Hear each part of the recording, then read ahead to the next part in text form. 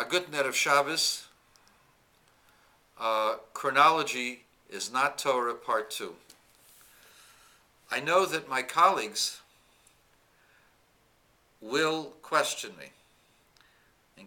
me about what I said in the previous video. I don't mean to say that the Seder Olam is wrong.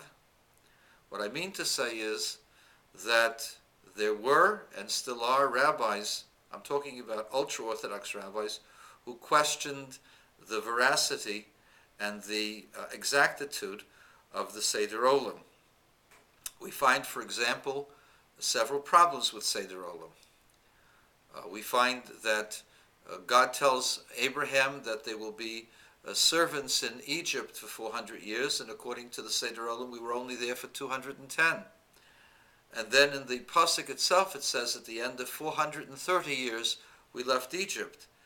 And the answer that's given that these 430 years comes from the time of what is called the Bris Ben Absorim, the covenant among the two halves. The problem with that, of course, is the Bris Ben Absorim, the covenant of the two halves, takes place after the war with the 5 kings against the 4 kings. When the 4 kings defeat the 5 kings, then Abraham runs after the 4 kings and defeats them in order to bring Lot back. And it is after that episode that the covenant of the two halves takes place. And we know that the Torah says that Abraham was 75 years old when he entered the land of Canaan. That would put him at 425 years before the Exodus at that point. And the covenant of the two halves took place at least a half year later. So that would mean approximately 424 and a half years before the Exodus, not 430. You would then be forced to conclude that there were 2 incursions that Abraham had into the land of Canaan. Once, when he went into the land in order to see whether he could be there. Then he went back to Haran to see his father. And then he came back a second time at age 75. But the order of the verses becomes so difficult to understand that it defies description. And so this is one of the areas of Seder Olam which is very difficult. Ramban questions Seder Olam regarding the age of Rebecca. According to Seder Olam, Rivka was 3 years old at the time. Ramban posits that she must have been a teenager, that she was much older, at least 12 years old, and so on. There are many places where Ramban questions the Seder Olam. Now, does that mean that Seder Olam is incorrect? No, but it means that we can question Seder Olam, and we aren't married to it. And because we aren't married to it, that need not concern us for the most part in regards to the historicity of the Torah and the Nevi'im and the Ksuvim, the Tanakh. Now, there are many areas in the Tanakh which are inexplicable, which are difficult to explain. There are commentaries on all of these things, and those commentaries are clear and give us a way in which we can study them and understand them. However, the story of Jericho, as to when it actually took place, is a matter of historical controversy. A few years ago, I saw an article, which I'm still trying to find the article. When I find it, I will produce it for you. But the article stated that they discovered a new section in the area of Jericho, and though that area was parallel to the time of Joshua, and they found fresh grains, etc., etc.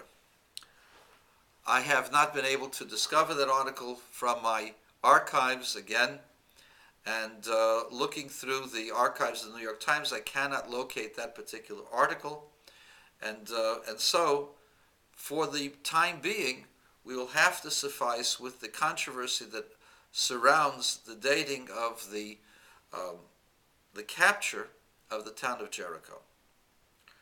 And the archaeologists and the so-called scientists claim that they really understand the thing a lot better, and had Joshua come to the city of Jericho, it would have been an empty place. And therefore, the writer of the story of the capture of the land of Canaan, that was ostensibly must have been Joshua, was making this up, and that this is not a God-given book, etc., etc. And these are the words of the so-called scientists as they present themselves to their students and to the entire world. And so I, Chaim Moshe Bergstein, who's not an archaeologist, have to disagree with my learned friends out there in the Jewish community and in the Gentile community. Archaeology is a wonderful, wonderful activity. The people doing it are involved in painstaking investigation and do have an ability to pinpoint events or what they find in terms of developing an understanding of the ancient world.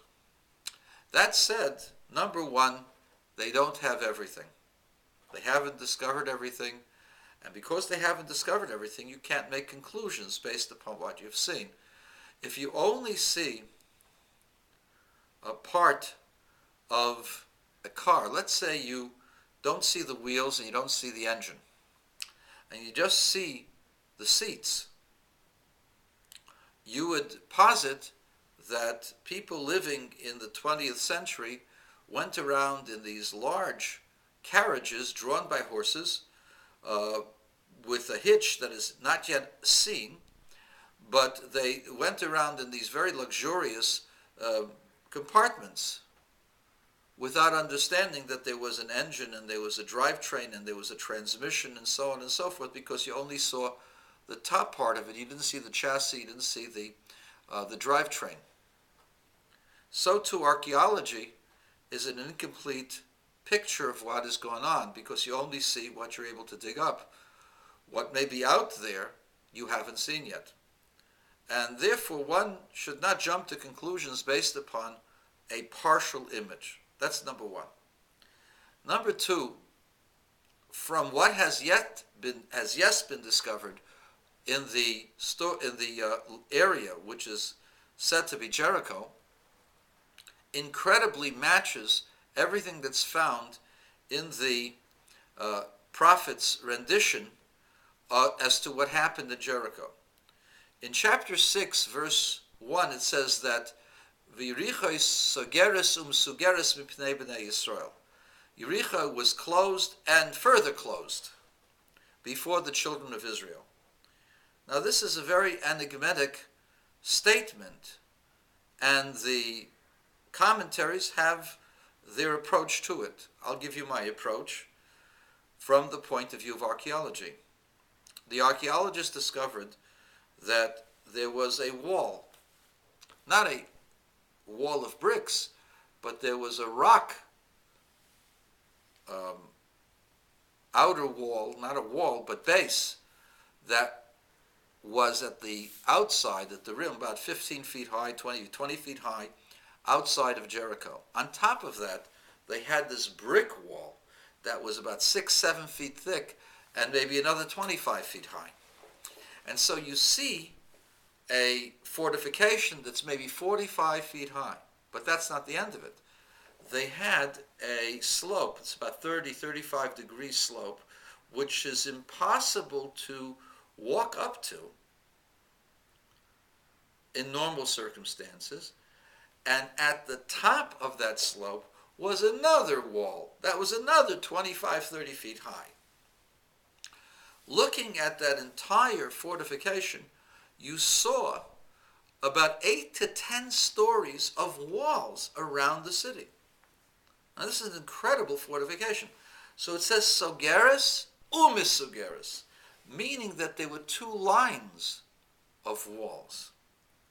And this could not have been known by someone who came centuries later and saw a pile of rubble, because everything was knocked down and you could not see that there were 2 walls over here.